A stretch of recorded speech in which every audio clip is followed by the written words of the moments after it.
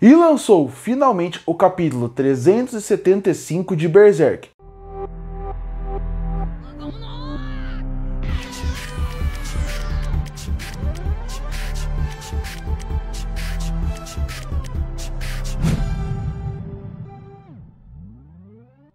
No último capítulo, no 374, ele acabou, o capítulo inteiro foi focado na invasão dos Kushans naquele barco onde o grupo do Guts está localizado desde antes de começar todo o arco das fadas. Vale lembrar, alguns volumes atrás começou esse novo arco de Berserk, que ainda não foi revelado exatamente o que vai ser esse arco, mas é um arco novo. E aí, a partir daí, o capítulo 374 foca nos Kushans invadindo o barco e no final termina com eles capturando o Guts e fazendo meio que uma expectativa para o próximo capítulo, que é: será que finalmente o Richette vai se encontrar com o Guts depois de tanto tempo e depois de tudo que ele viu em Falconia? Porque vale destacar, o Richette saiu de lá atrás de salvação, através de destruir Falconia. Então a partir daí acabou o capítulo. E o capítulo 375, ele não começa diretamente a partir do final do 374. Na verdade, eles voltam um pouco antes da invasão dos Kushans no barco. E agora a gente vai ver a invasão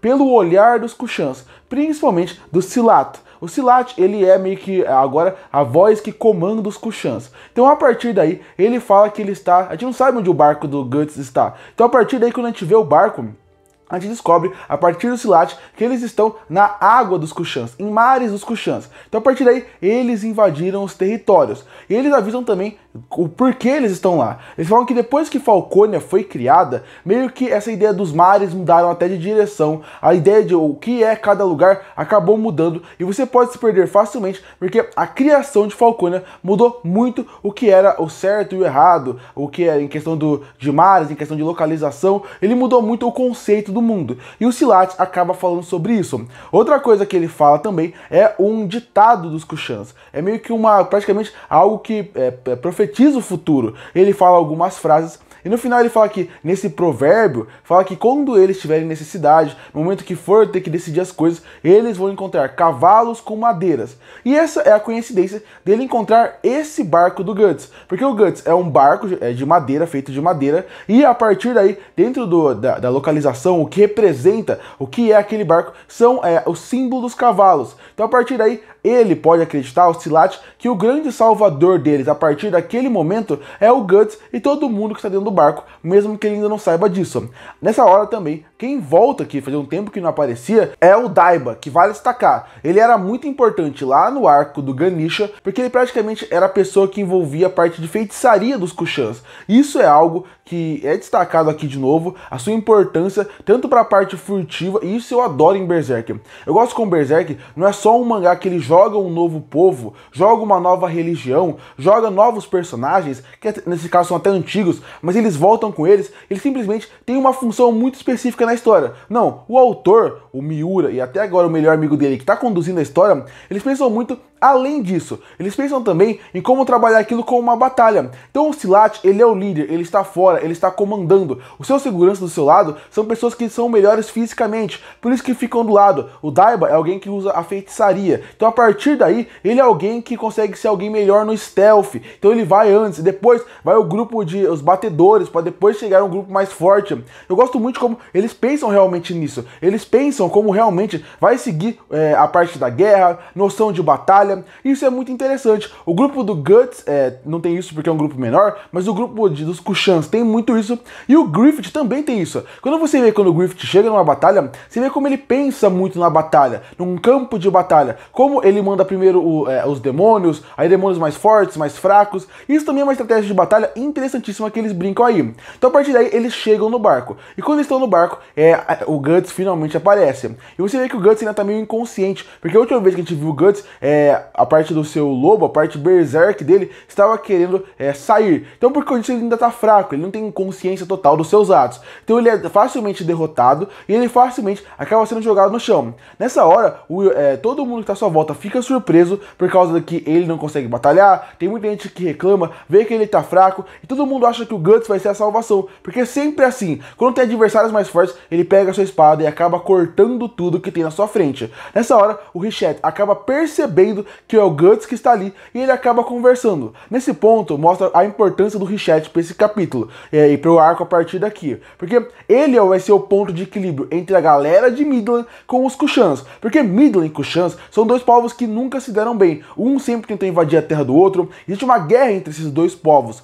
E o Richette, além de estar infiltrado entre os guerreiros dos Kushans, além disso, ele ainda fala a língua deles. Então, a partir daí, ele vai ser um mediador para tudo o que está acontecendo ali. E isso pode ser muito interessante, como ele vai ter uma função muito legal a partir daqui. O Richette é um dos últimos restantes do bando do Falcão. Ele precisa ter mais presença realmente. Ele, a Casca e o Guts, no fim das contas, tem que ter uma presença constante no mangá, na minha opinião, porque eles são o que sobrou, um resquício daquele bando do Falcão que a gente tanto gosta. A batalha final contra o Griffith e Guts, quando acontecer, tem que ser entre os dois, mas a Casca e o Richette tem que ter uma importância para a história como um todo, até porque eles têm uma relação como um todo. A partir daí, ele tenta falar com o Guts, ele percebe que o Guts está ali, eles falam que vão tomar o seu navio, a gente volta para falar um pouco mais o que o Silat pretende fazer com eles, e a partir daí tem mais uma parte interessante que é falar sobre o Ganisha. O Daiba comenta um pouco sobre o Ganisha, e ele fala como o Ganisha está fraco, como o poder dele está fraco,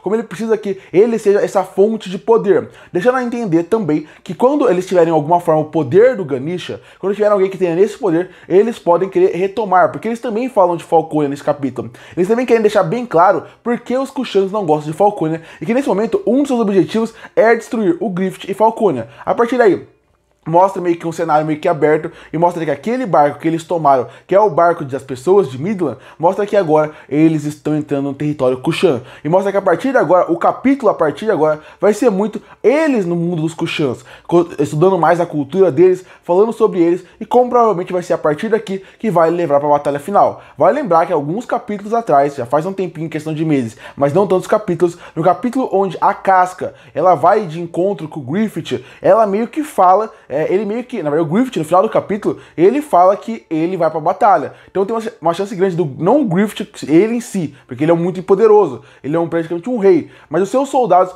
irem atrás deles no mundo dos Kushans. Isso é muito interessante. E o capítulo se encerra. Bom, o capítulo 375 de Berserk não foi ruim para estabelecer o que a gente vai ver a partir de agora no mangá de Berserk, e o que esse arco promete. Porque até agora não dava pra saber o que ele ia ser. Agora a gente já sabe. Vai ser eles levando todo mundo pro mundo dos Kushans e a partir daí criar uma aliança e um novo exército para poder lutar contra o Griffith. Alguma hora isso ia ter que acontecer. O Guts, apesar de ter uma equipe forte, ele não ia conseguir sozinho destruir todos os soldados do Griffith. Uma hora ele iria ter que ter um exército de alguma forma. Eu acho que esse é o ponto a partir daqui. E o capítulo, ele deu um protagonismo pros Kushans de uma certa forma. Eles são os narradores desse capítulo. Eles têm um protagonismo porque a gente tem que, de certa forma, humanizar os Kushans. Até o momento, os Kushans são tratados como grandes vilões, conquistadores, dominadores, desde o arco da Era de Ouro, quando eles apareceram pela primeira vez. E agora, pela primeira vez, a gente vai ver eles com um olhar diferente, um olhar mais como se eles fossem nossos amigos, nossos aliados, nossos companheiros, para quem acompanha a história a partir do olhar de protagonismo do Guts.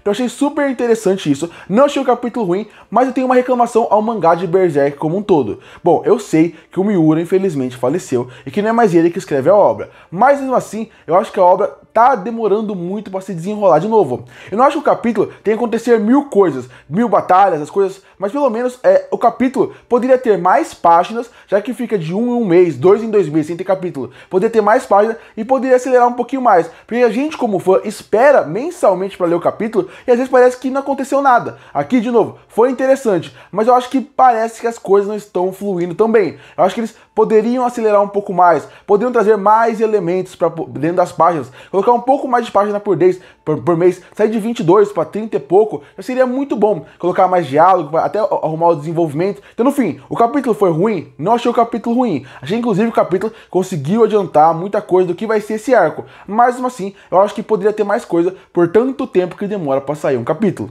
Curte para fortalecer o canal, se inscreve para não perder os próximos vídeos. E aí, o que você achou do capítulo 375 do mangá de Berserk? Você gostou? Você não gostou? Que nota você daria para ele? Comenta aqui embaixo. E eu volto no próximo vídeo.